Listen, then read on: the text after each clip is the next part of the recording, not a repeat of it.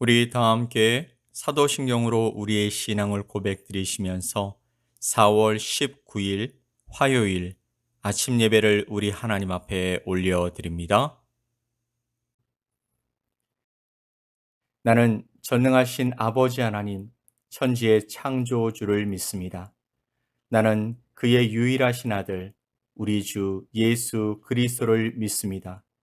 그는 성령으로 잉태되어 동정녀 마리아에게서 나시고 본디오 빌라도에게 고난을 받아 십자가에 못 박혀 죽으시고 장사된 지 사흘 만에 죽은 자 가운데서 다시 살아나셨으며 하늘에 오르시어 전능하신 아버지 하나님 우편에 앉아 계시다가 거기로부터 살아있는 자와 죽은 자를 심판하러 오십니다. 나는 성령을 믿으며 거룩한 공교회와 성도의 교제와 죄를 용서받는 것과 몸의 부활과 영생을 믿습니다. 아멘.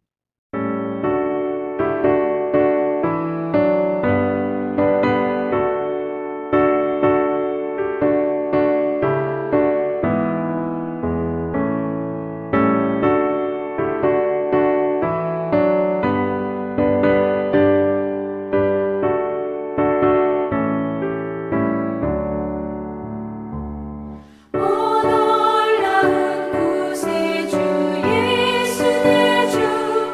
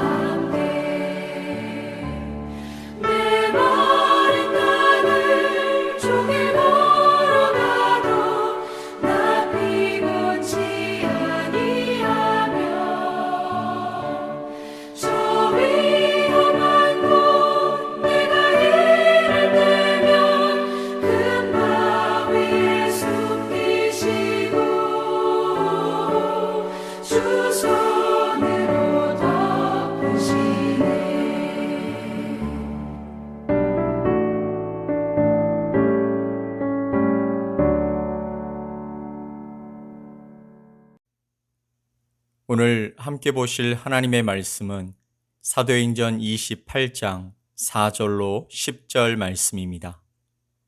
사도행전 28장 4절로 10절 말씀을 우리 함께 보겠습니다.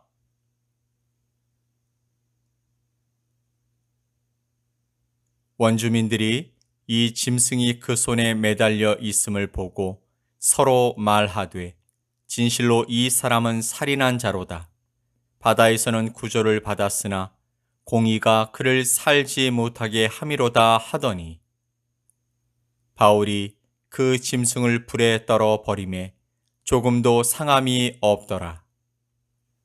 그들은 그가 붙든지 혹은 갑자기 쓰러져 죽을 줄로 기다렸다가 오래 기다려도 그에게 아무 이상이 없음을 보고 돌이켜 생각하여 말하되 그를 신이라 하더라. 이 섬에서 가장 높은 사람 보블리오라 하는 이가 그 근처에 토지가 있는지라.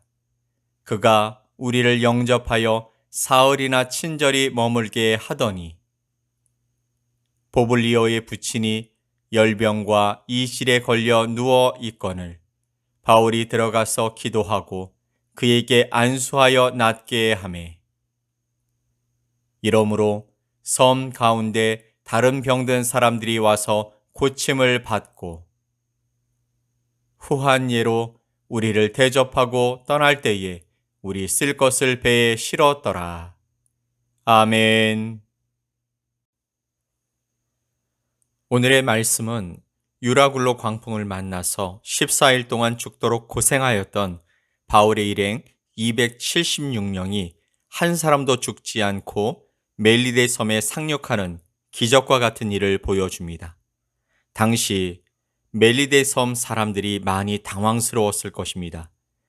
276명이라는 사람들이 한꺼번에 조난을 당해서 들어오게 됩니다. 거기에는 상인들, 또 로마 군인들, 심지어 죄수들도 있었으니 처음에는 난감했을 것입니다. 다만 비가 오고 날은 추워져서 조난당한 자들을 동정해서 불을 피워주었는데 마침 바울이 땔감나무를 불에 넣기 위해 집어드는 순간 독사가 나와 바울의 손을 물었던 것입니다. 그것을 본 멜리데 섬 사람들은 바울이 대단히 큰 죄를 지어서 신의 노여움을 산 사람이라고 생각했습니다. 4절 말씀을 보면 원주민들이 이 짐승이 그 손에 매달려 있음을 보고 서로 말하되 진실로 이 사람은 살인한 자로다. 바다에서는 구조를 받았으나 공의가 그를 살지 못하게 함이로다 하더니 아멘.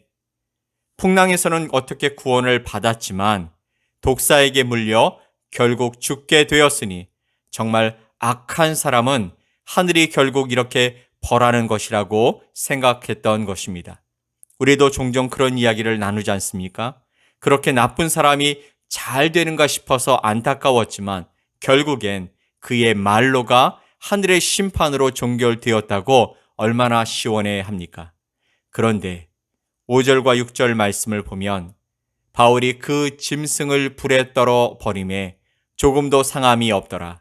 그들은 그가 붙든지 혹은 갑자기 쓰러져 죽을 줄로 기다렸다가 오래 기다려도 그에게 아무 이상이 없음을 보고 돌이켜 생각하여 말하되 그를 신이라 하더라.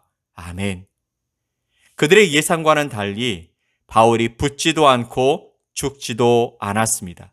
그랬더니 사람들의 태도가 180도 바뀌어서 바울을 신이라고 부르며 섬의 제일 높은 사람인 보블리오가 그들을 집으로 초청하여 대접을 하게 됩니다.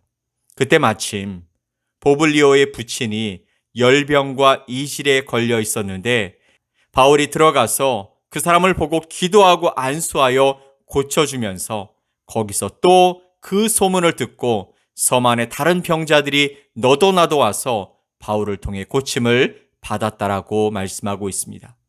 9절과 10절 말씀에 이러므로 섬 가운데 다른 병든 사람들이 와서 고침을 받고 후한 예로 우리를 대접하고 떠날 때에 우리 쓸 것을 배에 실었더라. 아멘. 이 일로 말미암아서 멜리데 섬 사람들의 태도와 대접이 달라집니다. 처음에는 군인들도 있고 또 죄수도 있는 276명을 어떻게 대해야 하는지 난감했을 것입니다. 그러나 바울을 통해서 이적이 나타나는 것을 보고 바울을 신이라고 부르며 일행들을 잘 보살펴 주었을 뿐만 아니라 겨울이 지나서 로마로 떠날 때가 되자 배에서 먹을 음식과 입을 옷까지 준비해 주었던 것입니다. 그런데 여기서 우리는 질문이 생깁니다. 안수하여 열병과 이지를 고친 그 기적, 또 다른 병든 사람들을 안수로 다 고치는 이적을 베푸시는 하나님께서 왜 풍랑은 막아주시지 않으셨느냐? 또 왜 바울이 뱀에게 물리는 것을 막아주시지 않으셨느냐 하는 것이죠. 애초부터 그런 일이 일어나지 않으면 좋은 것 아닙니까? 우리는 고난 없이 형통하고 평안한 길을 가면 더 좋은 것이라고 생각합니다. 내 삶에 고난이 찾아오는 것이 두렵고 싫기 때문이죠. 여러분, 바울의 여정에서도 그렇지 않을까요? 물론 선장과 선주가 미항을 떠나서 베닉스로 가려고 고집을 피웠습니다. 베닉스는요, 유흥가로 유명한 곳입니다. 그렇다면 좀 더 편안하고 안전한 곳으로의 여정이라 생각하기도 하겠지만 사실은 그곳에서 머무는 것은 사람들이 겨울을 유흥가에서 보내려는 의도도 있었을 것입니다. 그렇게 무리하게 항해하다가 풍랑을 만난 것이죠. 하지만 우리 생각에는 이런 어려움도 하나님께서 보호해 주심으로 베닉스까지 잘 가서 편안하게 겨울을 잘 지내고 로마로 가게 할 수도 있었지 않느냐 하는 것이죠. 하지만 풍랑을 만나서 14일이나 죽을 고생을 하게 되었고 배도 완전히 파손했고 겨우 목숨만 살아서 멜리데 섬에 올라갔는데 병든 자들을 고치게 하셔서 잘 대접받게 하시고 또 로마로 가게 하셨다라는 것입니다. 왜 일을 이렇게 복잡하게 만드시는 것일까요? 여기엔 분명한 하나님의 계획하심이 있는 것입니다. 우리가 볼 때 일이 참 복잡하죠. 우리 생각에는 고난은 참 싫은 것입니다. 또 우리 생각에는 풍랑을 안 만나는 것이 가장 좋은 일이었습니다. 그러나 결론을 먼저 말씀드리면 우리는 분명하게 하나님이 만들어 가시는 인생이 무엇인지를 이 말씀 속에서 알아야 하는 것입니다. 때때로 고난을 주시기도 하고 기적을 주시는 하나님의 섭리를 우리는 이해해야 한다는 것입니다. 오늘 본문인 사도행전 28장 말씀을 계속 보면 바울이 로마에 가서 복음을 증거할 때 이미 거기에 있었던 그리스도인들로부터 따뜻한 대접을 받았습니다. 또 16절 말씀을 보면 이해할 수 없는 자유를 바울이 누리게 됩니다. 우리가 로마에 들어가니 바울에게는 자기를 지키는 한 군인과 함께 따로 있게 허락하더라. 아멘.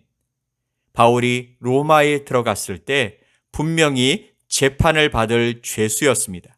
그런데 바울은 감옥에 들어가지 않고 군인 한 사람과 함께 따로 지내도록 허락받았다라는 것이죠. 그래서 완전히 자유인처럼 살게 됩니다. 이것이 여러분 이해가 되십니까? 저는 이 말씀을 읽을 때마다 좀 이상하다라는 생각이 들었습니다. 로마 황제에게 편결을 청하면 다 이런 대접을 받는가 생각해 보았지만 그건 합리적인 생각이 아닙니다. 왜냐하면 거기엔 흉악범도 있었을 것이니까요. 23절 말씀을 보면 바울의 집에 사람들이 마음대로 찾아오고 왕래하는데 아무런 제약도 없었습니다. 그래서 로마에서 복음을 마음껏 전하게 된 것이죠. 어떻게 이런 일이 가능했을까요? 분명 사도 바울은 로마에 살았던 적도 없었고 일가 친척도 없었으며 가이사에게 재판을 받을 죄인의 신분이었습니다. 그러면 여러분 로마법이 엉망이라서 그런 것이겠습니까? 아니죠. 거기엔 반드시 이유가 있습니다. 바로 오늘 본문 말씀이 바로 그것이죠. 바울과 함께 로마로 들어간 275명이나 되는 사람들이 다 바울이 살아계신 하나님의 종이라고 증거합니다. 폭풍 가운데서 또 멜리데 섬에서 바울을 통해 하나님의 기적을 보았던 275명이 한결같이 자기들의 입으로 바울을 통한 하나님의 역사를 전하는 증인이 된 것입니다. 누가 말하라 말라 했겠습니까? 자기들이 그동안 직접 겪었던 일들을 얼마나 이야기하고 싶었겠습니까? 사도 바울 이 사람이 보통 사람이 아니다. 정말 하나님은 살아계시고 이 사람은 하나님의 사람이고 저가 전하는 예수 그리스도의 복음은 놀라운 능력이 있는 것을 우리들이 다 경험했다.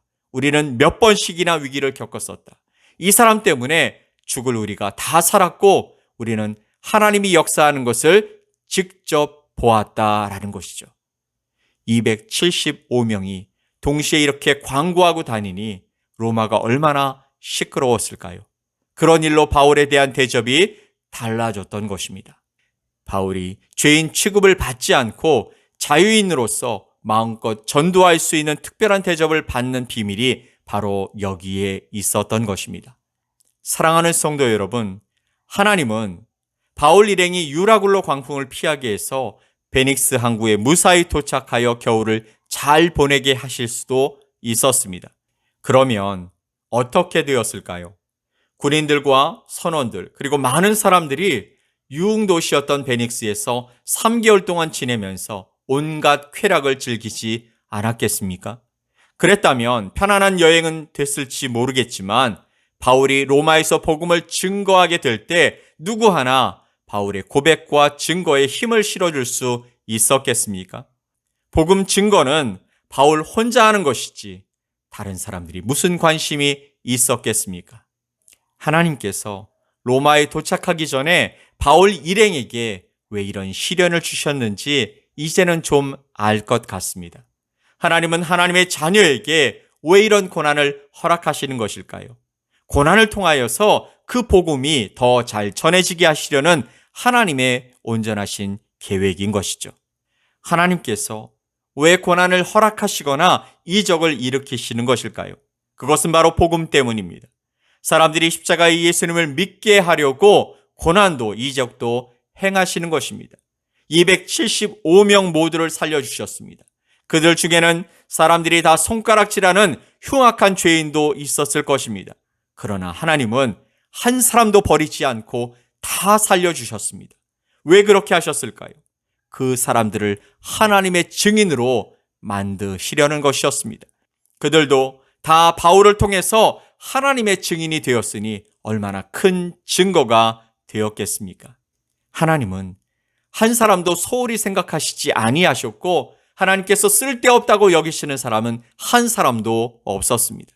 때때로 우리에게 고난이 닥치기도 하고 또 놀라운 기적이 일어나기도 하는데 그 모든 이유는 오직 하나, 우리로 하여금 지금도 살아계신 예수님의 증인되게 해 주시려고 하는 것입니다.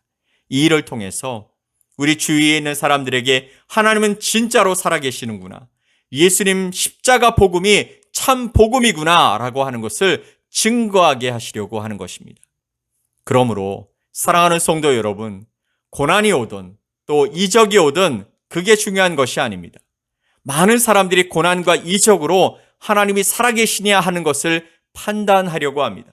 심지어 교회 다니고 있는 많은 성도들도요, 고난은 하나님이 안 계신 증거요, 이적이 일어나면 하나님이 살아계신다라는 증거라 말합니다. 그러나 고난이냐 이적이냐 보다 더 중요한 것은 예수님의 십자가 복음을 증거하는 것인 줄 믿습니다. 우리가 증인이 되는 것이죠. 이것이 하나님의 관심사이고 하나님의 계획이시며 우리를 향해 소망하시는 것인 줄 믿습니다. 우리가 바로 이 일에 부름을 받았으니 그 일에 헌신하며 나아가 봅시다.